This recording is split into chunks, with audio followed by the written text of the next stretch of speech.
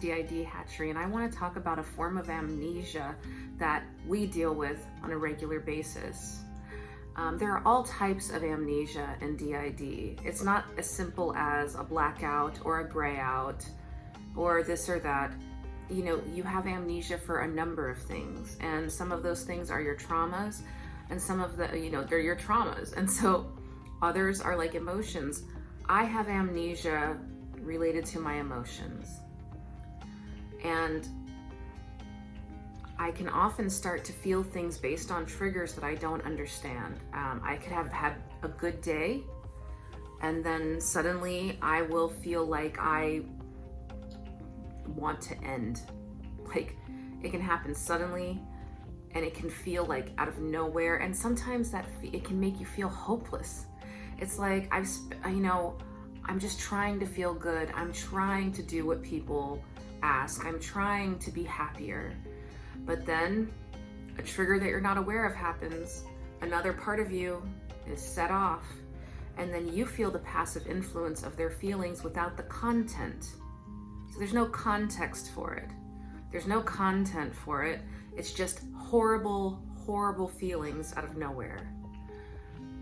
And that's why sometimes it's hard when you have DID to feel happy anywhere, because anything can happen.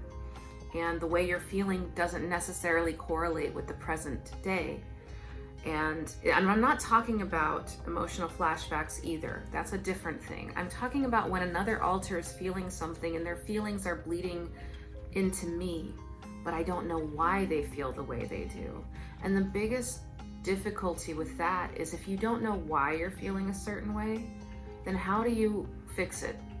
How do you change your environment or fix the thing you're feeling when you don't know why you're feeling it? And I've had this happen many times. You can be feeling fine. You could be thinking, I'm having a good day today. This is great. I want to keep this going. And then there will be a trigger, but maybe you don't even know. You don't even know there's a trigger. And then suddenly you're just drenched in these horrific feelings, and you don't know why. And those feelings cause you to respond. They cause you to act certain ways, and you don't know why. It can leave you feeling hopeless. It can make you think, why do I even bother? I have no control over anything. No matter how hard I try, some other feeling that I don't understand is going to come up, or I'm just going to switch, and then some part of me is going to destroy whatever it is I'm trying to do. Because trauma and dissociation and DID is extremely severe. It's a severe disorder. It impacts everything you do every day of your life. Every time I do things, I have to overcome layers and layers of fear to do them. But sometimes I am doing well. Like today, I felt like I was doing pretty well. But I had that moment where suddenly I felt like this is it, this is the end of me. But for why? For what reason? There was no reason. No present day reason. There's definitely a reason in the past. I'm sure it's related to some past experience, and that's why I always love this quote from the movie Magnolia, where it says, I may be through with the past, but the past is not through with me. It's a great quote. And that's how DID feels. It feels like you are captured by the past. You're not stuck in it in the sense that you're purposely dwelling on it. It's not like that. It's literally like the past has come back to grab you and take you right back against your will. Pull you right back into whatever feeling you had as a child. And you don't have a choice about it. You would probably prefer not to have it if you could. But I think a lot of people don't understand that about DID. They think a feeling is just like, oh, well, just change your mind, or just like do something else, or distract yourself. Yeah, you can distract yourself, but maybe the other parts can't. And so they just continue to feel the pain. A lot of my DID is extremely somatic.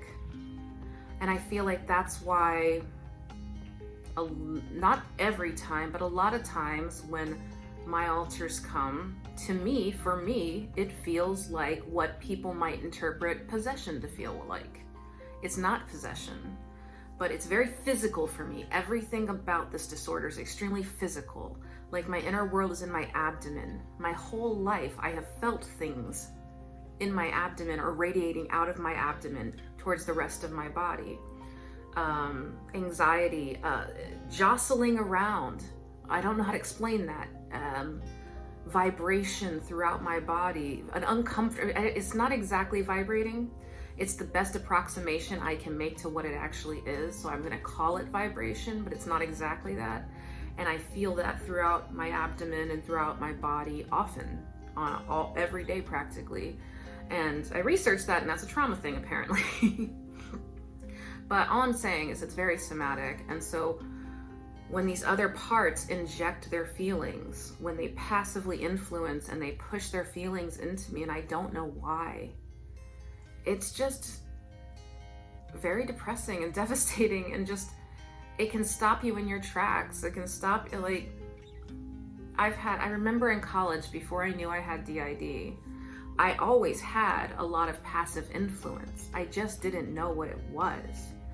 I would feel this intense pressure in my abdomen, and then these emotions would radiate out of my abdomen and then up to my throat, where I'd get a big lump in my throat and I'd want to cry, or I would get angry and I wouldn't know why. And I would sit there and try to contain myself, try to control myself. And I would be like, what is wrong with you?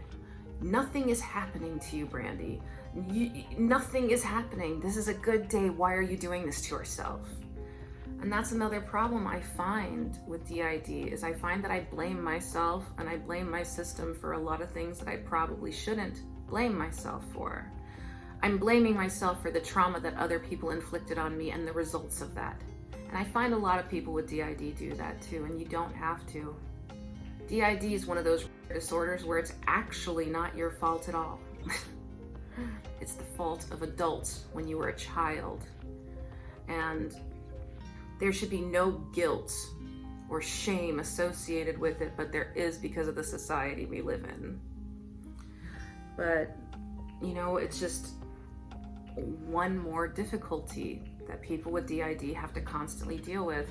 I can't just go out to a club or karaoke and just have fun and be carefree without worrying that there's a trigger, and that trigger might either make me switch. That's one thing, that's different.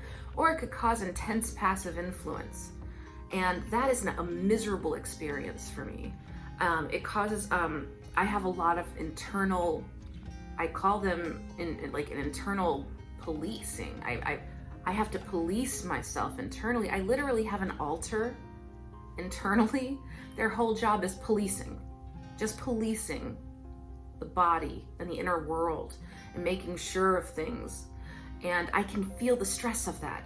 And I can feel the stress of trying to hold back all passive influence. And it doesn't work very often. It doesn't.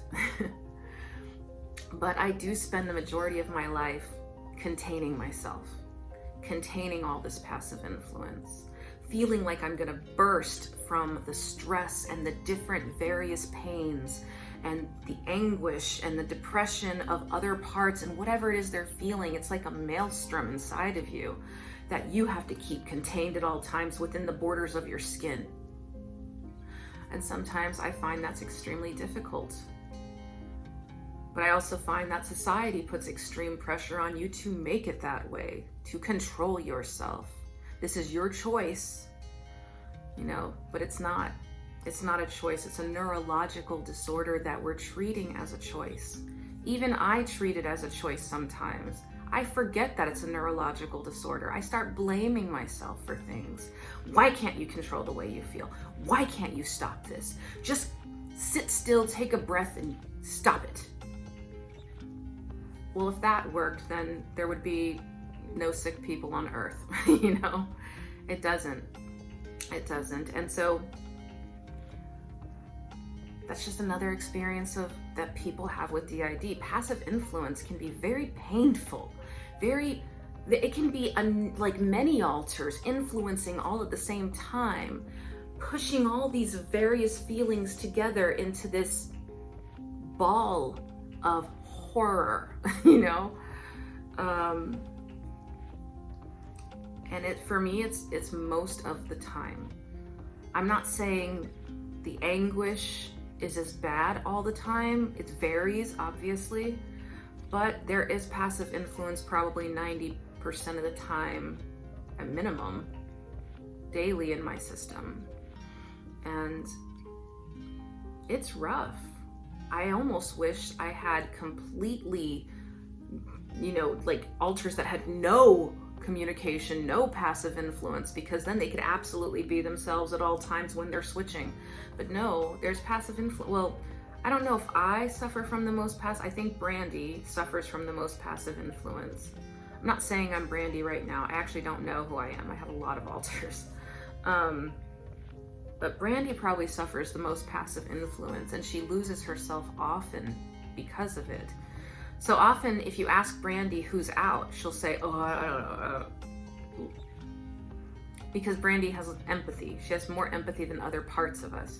And so she feels a lot of things that other parts feel, and had to deal with that most of our lives. And it, you know, it gets in the way of things. It causes depression, it causes anxiety. It can cause you to act out or try to escape in some way, whether it be through partying or whatever you do to escape. Over-exercise, I don't know. I'm just coming up with suggestions. Well, not suggestions, I mean examples. And so, you know, I just wanted to talk a little bit about not knowing whose feelings these are or why they're feeling that way and how it affects the rest of the system, because it's a very rough thing to go through, you know? And, you know, honestly, I wish I could tell you all a bunch of wonderful things about DID and why it's so fun to have, but the truth is, it is not fun to have. If I could take this disorder away from myself right now with the snap of a finger, I would, without question, because it keeps me incapacitated, it keeps me debilitated. It's not fun. These aren't characters. These are parts of me that are in opposition to each other much of the time, making being one, like alive, very difficult. It's a constant conflict, a constant struggle. But you know, just don't underestimate the power of passive influence and your inability to know why you're feeling the way you feel. It can be very difficult, and for anybody else who's going through that, you know, I'm sorry. You know, I understand, I relate, you're not alone, and don't blame yourself for it. You cannot control it. It is your neurological system. So anyway, I hope everybody's having a good day. I don't know if what I said was gibberish or not, because I literally can't remember anything I just said. And I hope my video makes sense. Anyway, hope you guys have a great day. Bye.